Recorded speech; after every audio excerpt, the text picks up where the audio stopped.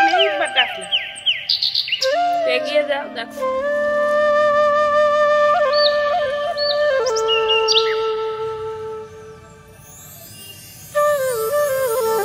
Hello everyone, good morning. কেমন আছেন সবাই? আশা করি সবাই খুব ভালো আছেন, আর আমরাও ভালো আছি। আমার আরও একটা নতুন ব্লগে আপনাদের সবাইকে স্বাগত জানাই। বাড়িতে এখনও কেউ ওঠেনি, আর আমি সকাল সকাল উঠেছি, আর বাইরেটায় এত কুয়াশা পড়ছে। প্রথমে তো ভাবলাম যে একটু পরে কাজে হাত দেবো, তারপরে দেখলাম যে না, এরপরে যদি দেরি করে ফেলি তাহলে ওইদিকে সমস্ত কাজেই কিন্তু লেট হয়ে যাবে। আর আজকে সোনার পড়াও রয়েছে, আজ তো মঙ্গলবার, তো তাই জন্যেই একটু সকাল সকাল কাজকর্মগুলো শুরু করে ফেলছি। আর সোনার পড়া না থাকলে তাহলে কিন্তু একটু লেট করে কাজ করলেও অসুবিধে হয় না। তবে শীতকালের সকালটা কি বলুন তো, একটু কষ্ট হয় উঠতে, এটা ঠিক কথা, কিন্তু যদি একবার উঠে পড়া যায় তাহলে দেখবেন পরপর করে সমস্ত কাজগুলো যে আপনার কখন শেষ হয়ে যায়, আর তারপরে নিজের জন্য একটু সময় থাকে, সমস্ত কাজ যেন সুন্দর পরিপাটি করে করা যায়। আসলে সাজানো, সুন্দর গোছানো পরিপাটি সংসার প্রত্যেকটা মেয়েরই স্বপ্ন থাকে, তাই না? তাই আমিও এর ব্যতিক্রম নই। আসলে পরিপাটি সুন্দর সাজানো গোছানো সংসার আমার বড্ড শখ, আর সেইটার জন্যেই কিন্তু এতটা পরিশ্রম করি। আসলে পরিশ্রম সকাল একদম মানে অন্ধকার থাকতে আমার পরিশ্রম শুরু হয়, আর সেই পরিশ্রমটা শেষ হয় গিয়ে রাত 12টায়। তবে এরপরে কিন্তু ভীষণ ক্লান্ত হয়ে যায়। কখনো কখনো মনে হয় যে না থাক, এই কাজটা আজকে থাক, কিন্তু তারপরেই মনে হয় যে না, আমার সংসারটা হয়তো অগোছালো লাগছে, দেখতে ভালো লাগবে না, তো যে কারণে আমি আবার তড়িঘড়ি করে সেই কাজটা কিন্তু শুরু করে দিই। আসলে ওই যে বললাম, সাজানো গোছানো পরিপাটি সংসার, চারিদিকটা সুন্দর হবে, সমস্ত কাজ নিখুঁত হবে এবং সময়ের মধ্যে হবে, এটাই লক্ষ্য থাকে।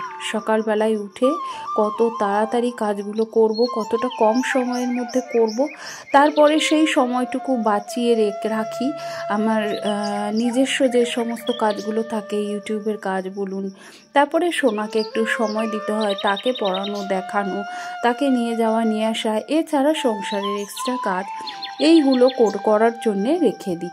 তাই সেই সময়গুলো কিন্তু তখন কিন্তু আমি একটু একটু করে খরচ করি। আর অভাবের সংসার, আসলে সবাই আমাকে বলে, আমার হাজব্যান্ডও বলে যে একটা কাজের লোক রাখো, কিন্তু আমার মনে হয় কি, এগুলো হচ্ছে এক রকমের বিলাসিতা।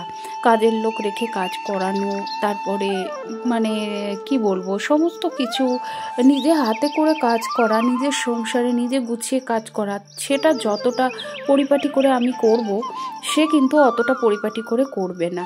তারপরে তাকে আমাকে পারিশ্রমিক দিতে হবে মাসের শেষে একটা মোটা অঙ্ক, যেই অঙ্কের টাকাটা আমার এই অভাবের সংসার থেকে বের করাটা অনেকটা কষ্টকর।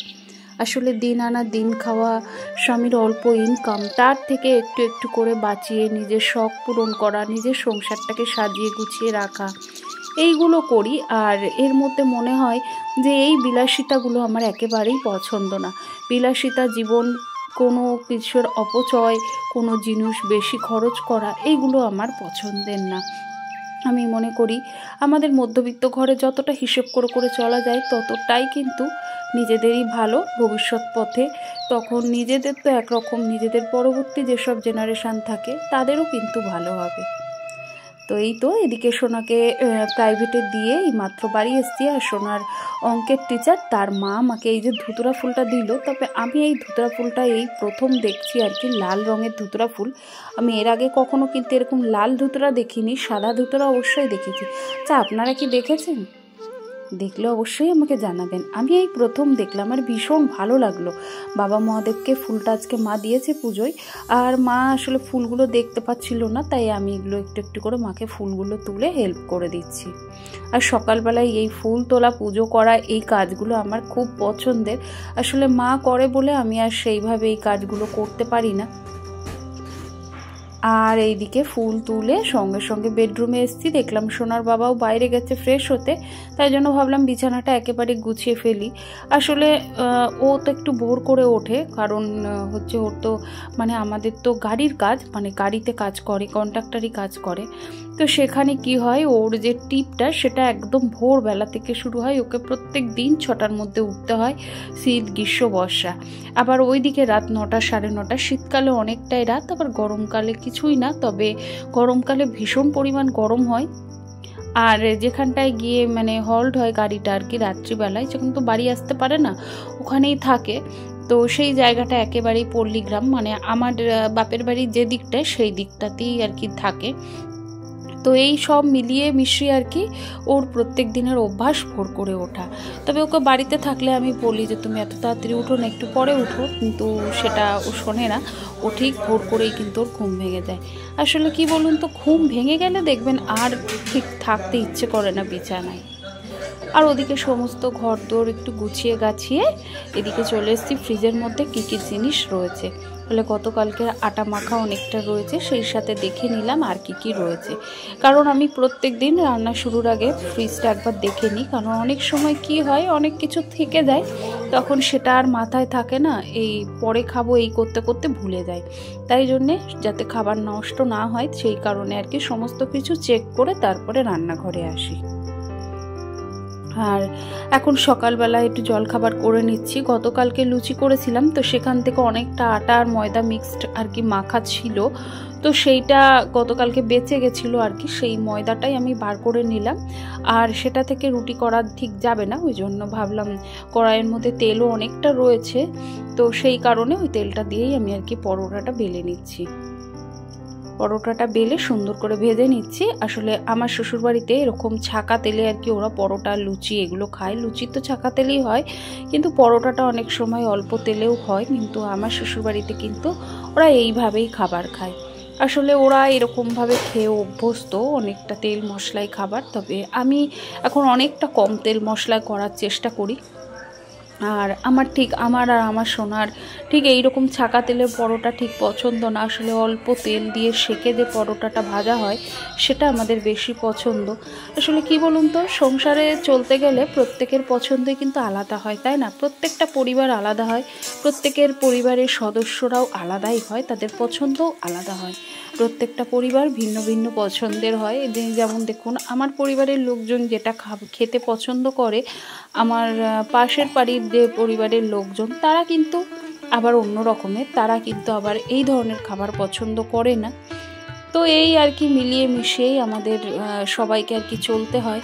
আসলে ওরা যে খাবারগুলো খায় সেইগুলোই আস্তে আস্তে আমাকেও খেতে হয়। কি বলুন তো, আসলে আমার শাশুড়িমা যেমন ঝাল কম খায়, আমার শ্বশুরমশাই যেমন মারাত্মক পরিমাণে ঝাল খায়, আমার হাজব্যান্ডও খুব ঝাল খেতে পছন্দ করে, আমি মিডিয়াম খাই, খুব বেশিও খাই না, আবার একেবারে কমও ঠিক ভালো লাগে না। তো এই আর কি সবার পছন্দ আলাদা আলাদা করে তো হয় না, তাই শাশুড়িমা যেরকম খাই ওরকমভাবে করি।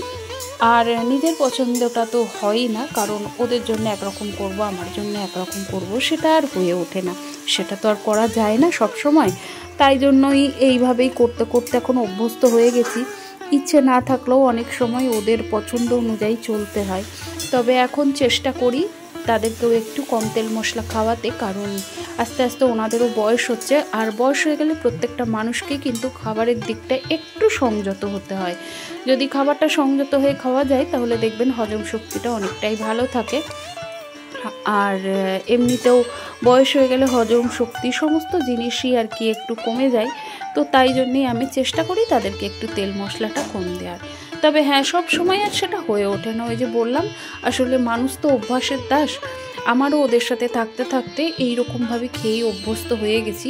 তবে কিছু কিছু ক্ষেত্রে চেষ্টা করি মানে আমার পছন্দটাকে গুরুত্ব দেওয়ার। আর এদিকে গতকালকে 4 পিস মাছ ছিল, সেটাকেই একটু দই কাতলা করে নিচ্ছি। আসলে আজকে আমার সোনা বলেছে যে তুমি যদি লাল ঝোল করো তাহলে খাবো না, যদি দই দিয়ে দই কাতলা টাইপের অল্প তেল মশলাই করো তাহলে খাবো। কিন্তু গতকালকের মাছ ছিল কিন্তু ঝোলটা ছিল না, তো যে কারণে ঝোলটা আবার নতুন করে আর মাছটা ওর মধ্যে দিয়ে নিলাম। ওদিকে আমার রান্নাও প্রায় শেষের মুখে। আর এদিকে আমি রান্নাটা চাপিয়ে ওদিকে হচ্ছে, আর এদিকে ভাবলাম ফ্রিজের ভেতরটা একটুখানি ক্লিন করি। আসলে কি বলুন তো, আমাদের রেগুলার ওয়াইজ এই ছোটো দিনের বেলায় শীতকালে কাজ করতে করতে কখন দিন ফুরিয়ে যায় বুঝতেই পারি না। তার মধ্যে এইসব ইলেকট্রনিক্সের জিনিসগুলো পরিষ্কার করা কিন্তু খুবই একটা পরিশ্রমের ব্যাপার, সময় সাপেক্ষ ব্যাপার। তাই আমি এইভাবে প্রত্যেক দিনের কাজের ফাঁকে ফাঁকে এইভাবে করে ফেলি। রোজ না হলেও দুদিন অন্তর, একদিন অন্তর অন্তর আমি ফ্রিজের একটা করে পার্ট এইভাবে খুলে নিয়ে ঠিক এরকম করে এই লিকুইডটা দিয়ে পরিষ্কার করি। ফ্রিজের ভেতরটাকেও লিকুইড দিয়ে পরিষ্কার করি। আর এমনিতেই দেখবেন ফ্রিজের ভেতরে আর্দ্রই থাকে, তো তার মধ্যে সামান্য একটু লিকুইড দিয়ে যদি স্প্রে করে মোছা যায়, দেখবেন এমনিতে কিন্তু ফ্রিজটা পরিষ্কার থাকে। আর প্রত্যেক মান্থলি যে ডিপ ক্লিনিং সেটার ব্যাপার কিন্তু আসে না, সেই পরিস্থিতিটাই আসবে না। তো তাই জন্যেই আমি এইভাবে করে থাকি, এতে করে আমার অনেকটা সুবিধা হয়, অনেকটা পরিশ্রম কম হয়। আর আপনারা নিজেরাই দেখুন কতটা পরিষ্কার হয়ে গেল। তো আমি আজকে এই 3টে তাকই আর কি করতে পেরেছি। আর বাকি যে পার্লার মানে ফ্রিজের যে দরজাটা, সেটার পাশে যে বোতল টোতল জায়গা থাকে যেগুলো, সেইটা আজকে আর হয়ে উঠলো না, কারণ আজকে আর সময় নেই। আর ওদিকে ডিপটা সেটা আর হয়নি। এটা আমি একটা ফ্রিজ আমি 3 দিনে পরিষ্কার করি। আর এইভাবে এই আধুনিক উপায়ে যদি ফ্রিজ পরিষ্কার করেন, দেখবেন অনেকটা কম সময়ের মধ্যে এবং অনেক চটজলদি আপনার এই কঠিন কাজটা সহজ হয়ে গেছে। আসলে সংসার জীবনে একটু বুদ্ধি খাটিয়ে যদি চলা যায়, তাহলে দেখবে অনেক কঠিন কাজগুলোও যেন অনেকটা কম সময়ে, অনেক কম পরিশ্রমে সোজাভাবে কাজটা করতে পারবেন। আর এরপরে এই দেখুন ডাইনিং টেবিলটাও একটু মুছে নিলাম। ডাইনিং টেবিলটাও আমি সপ্তাহে 2 দিন করে কভার তুলে মুছি। আর কভারটা আমি নর্মালি পেতে রেখেছি, আমাকে বারণ করেছিল কভার পাততে, তবে আমার মনে হলো যে কভার না পাতলে ঠিক মানে ধুলোর আস্তরণটা বেশি পড়বে, তো ওই জন্য আমি কভারটা পরিয়ে রেখেছি। তবে ট্রান্সপারেন্ট কভার দিয়েছি যাতে করে আমার টেবিলের ডিজাইনটাও দেখা যায় আর টেবিলটাও ভালো লাগে। আর এরই মধ্যেই তো খাবার দিয়ে দিয়েছি। ওরা এই যে এখানে চিকেনও রয়েছে, গতকালকের মাছের ঝোলটা আজকে করেছি, তারপরে ডাল রয়েছে, ভাজা করেছি, আর করেছি বেথোর শাক। অনেকে বেথোয়া শাক বলে, অনেকে বেথোর শাক বলে, তো সেটাই করে নিয়েছি। আর এরই পরে দেখুন খাওয়া দাওয়া সমস্ত কিছু করার পরে এখন ঘরের জানলাগুলো দিয়ে দিচ্ছি, কারণ জানালাগুলো এখন না দিলে প্রচুর পরিমাণে মশা ঢুকবে আর হাওয়াও ঢুকবে। তো যাই হোক, এখন স্নান করে এখন হাতে পায়ে একটু ক্রিম মাখছি। আসলে কি বলুন তো, শীতকাল তো ক্রিম না মাখলে বড্ড চচ্চড় করে। আর আজকের ভিডিওটা আপনাদের কেমন লাগলো অবশ্যই কিন্তু আমাকে একটা কমেন্টের মাধ্যমে জানাতে ভুলবেন না। যদি কোথাও ভালো লেগে যায় প্লিজ একটা লাইক করে দেবেন।